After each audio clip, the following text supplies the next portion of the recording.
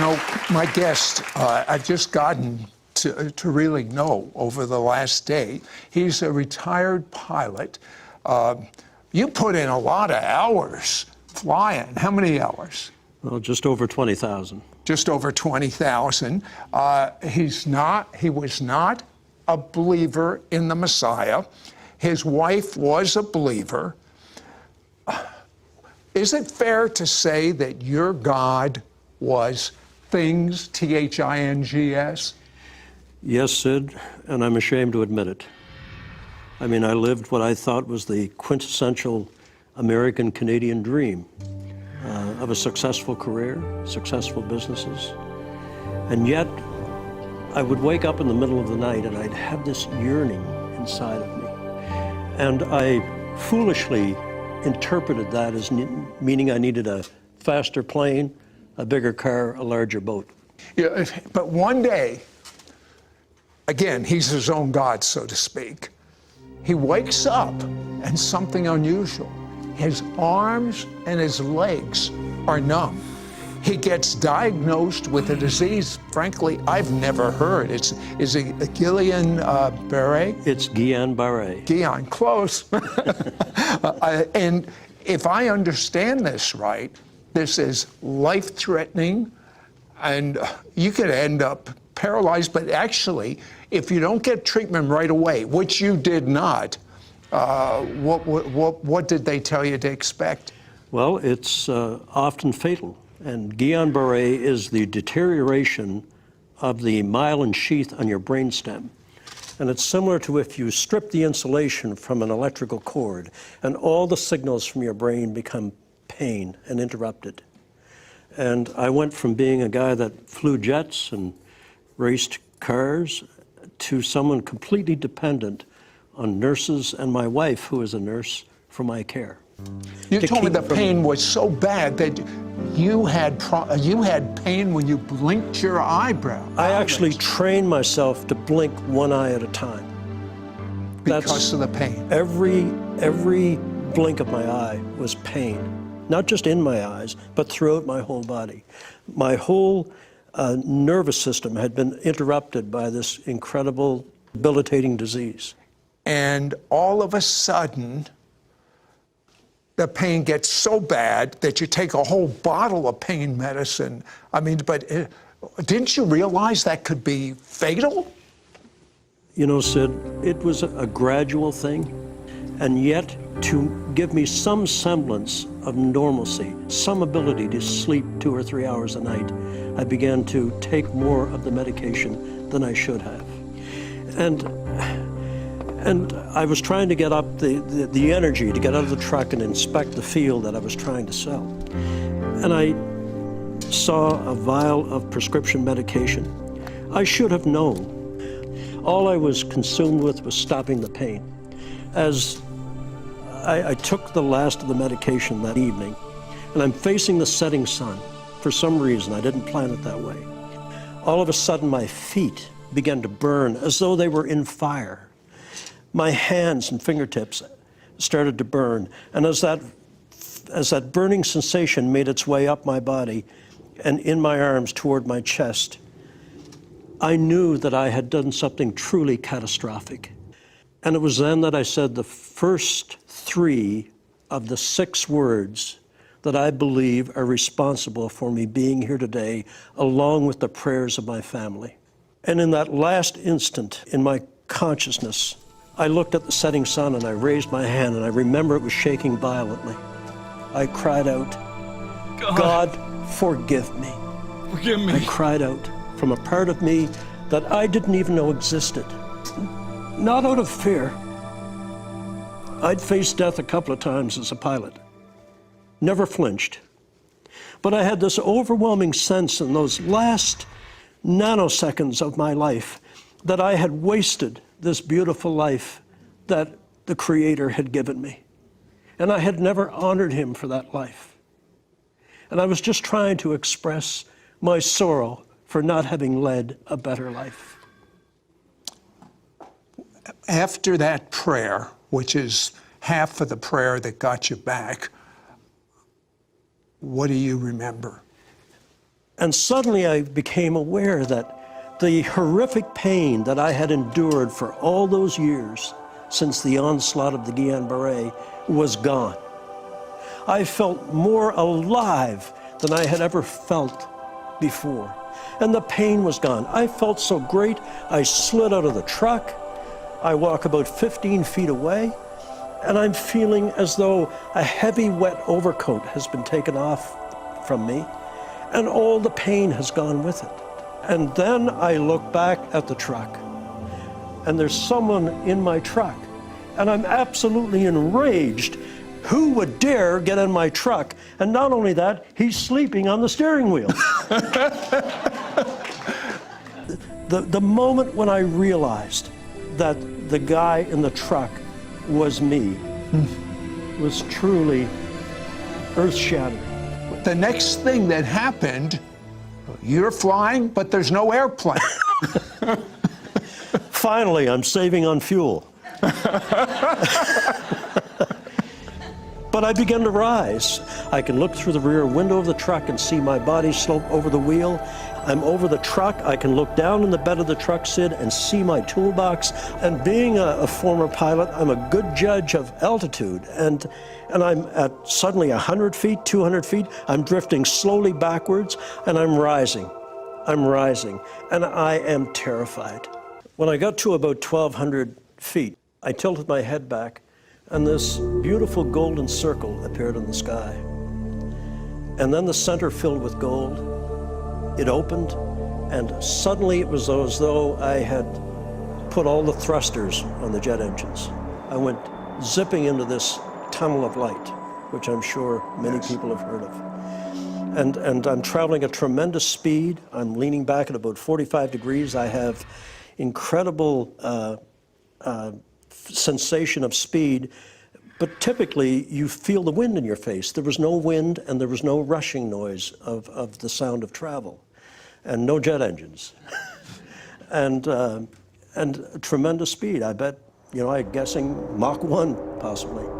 And within a very quick period of time, I recognize that there's a brilliant light at the end of this tunnel. I come to it, it's covered in mist. I step out because I feel the tunnel closing behind me. I put my foot down, the mist cleared, I look down, and I can't believe it. I am standing on the most incredible green grass you could ever imagine. I now know where the saying comes from. The grass is always greener on the other side. They're talking about heaven. But I've been told the colors it's greener than any green we have here. If we have a spectrum of colors on Earth, heaven has 10,000 times 10,000 more. It is a feast for the eyes. Okay, but then you see some darkness. I look up from that beautiful grass that radiated light from underneath my feet, and there's as though a dividing line, a median, has been drawn in front of me. To the right, there's this beautiful mist-colored field. The mist is laying over it. We pilots call it ground effect. There's beautiful flowers showing through it. But then to the left of that line, Sid, it was so different, because that beautiful green grass went from green to brown to scorched to black, and then dropped off in a crevasse. And I stepped forward and looked down into this cold blackness. And then I saw something like a dim light at the bottom, like a light of fire, red fire. And suddenly I heard the strangest sound, like two massive iron doors opening and screeching on hinges that had not been used in a long time. And suddenly emerging from those doors was the most hideous creature you could ever imagine. Hollywood could never duplicate what I saw. So I'm looking, I see this thing coming out, and suddenly I'm assailed by this horrific smell that comes out of that pit, an odor of death and decay and of things long dead, things that should never see the light of day. And it gazed up at me, and when its fiery eyes looked at me, it started to make its way up the wall of that pit. But its body, Sid, was formed of like a rolling mass of dark cloud with a face on it. And I heard the most horrific things. Something screaming within the body of this creature. And then what absolutely horrified me was I heard my name being called. This creature knew me. It knew me. And it was coming for me. And I was terrified. I mean, I'd love to tell you I stood there and wanted to do battle. I was terrified. And it reared up out of that pit over me. And the most hideous face imaginable, massive in its size, snarled at me. And there was this feeling of an anticipation of glee, that it couldn't wait to get its claws on me. And I was so horrified, I turned from the darkness toward the light. We are creatures of the light. And I automatically turned toward the light. And when I did, I sensed this creature, its breath on the back of my neck, the stench of its breath, and I felt a sharp claw move down my back. And it was at that point, remember I said, there are 6 words and the prayers of my family that make it possible for me to be here today. And the first 3 words I cried out in the truck, God forgive me. In my absolute terror, and I had no reason to expect any help from God, I turned myself toward that mist with that creature breathing up my back, and I lifted both hands and I cried out, God, help me, help me. And Sid, instantly, 3 stars appeared in that mist, like distant points of light, but coming rapidly toward me. And I focused on them to keep my mind off what was snarling behind me, because I could hear the saliva from its jaws dropping on the ground behind me. And I concentrated on those lights. They came so rapidly, Sid, incredible speed.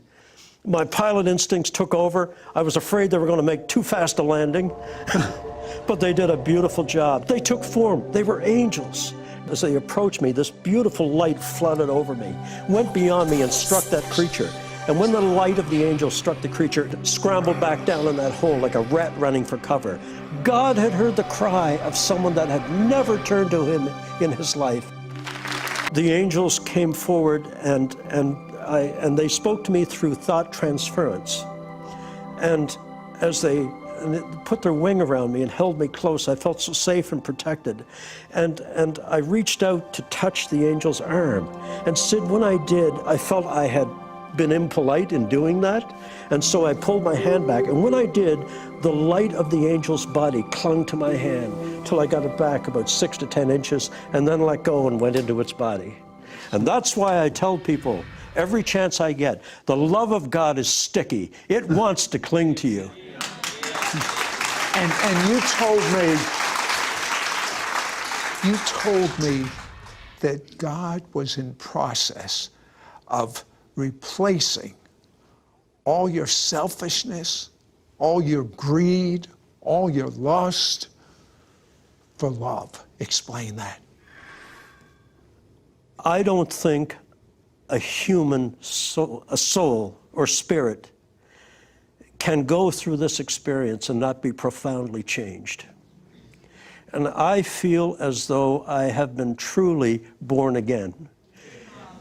Not only have I come back from the grave, my soul has come back from despair. My spirit has found God again. And I will be eternally grateful. Tell me about the Hall of Knowledge. Heaven, you have to suspend all that you've been taught about physics and gravity and time and linear space and spatial references. They simply do not exist in heaven. But I was shown the holy city. I mean, these incredible buildings of light, not hewn from stone, Sid, but hewn from blocks of light that exuded this warmth and love. And I saw the halls of knowledge, the halls of music, the halls of learning, the halls of everything that you wanted to learn about the mysteries of God. And then they showed me the nursery. The nursery, Sid. I think it speaks to the compassion of our God, that little souls that are aborted, God gathers their spirit back and they're raised in the nursery in heaven. Tell me about the size of your book of life? I'm ashamed to talk about it, but in the Hall of Records, they keep a record of everything that you've done in and with your life. And it's not to create an I gotcha moment. It's for when you are shown the book of your life. And when the angel pulled mine out of his robe and opened it for Jesus to read, I was absolutely shamed and mortified that all I had to show for a life lived that I thought was the ultimate in success was this small, thin book, no bigger than a diner, roadside diner menu. And I was ashamed that that's all. I should have, with all the resources and the time that I had, I should have had a book as thick as a Bible, filled with all the goods, all the good deeds that I could have done. You know, as Charles Dickens said in his novel, mankind should have been my business. And instead, I was only involved in my self-ego. I am determined now that if I have the opportunity to go back again, to do everything good I can so that when Jesus reads the book of my life again, he's going to need 3 angels and a forklift to open it. Now, you've got to tell me, when you looked in the eyes of Jesus, what did you see? It was the apex of everything that happened to me. Because when his eyes locked on mine and he smiled at me, Sid, Jesus smiled at me. But when I looked into those eyes of gray and green and blue, I was lost in eternity. Because in those eyes, I saw sadness for the way I had lived my life. I saw sadness for the way we, as mankind, have rejected his Father's message. But I saw incredible love for me. Someone that deserved nothing for me. And I also saw, mixed in with that love in the eyes of Jesus, forgiveness for me. Forgiveness for the life that I had lived. And a chance to do it again. I am eternally grateful. My life, our lives, Lorraine's life and mine, are now his. Let me tell you a couple of things that you need to know. While all this is going on, his wife and family are praying, and he sees it. He can see them praying. He comes back, and guess what happened to his incurable illness? Went out the window.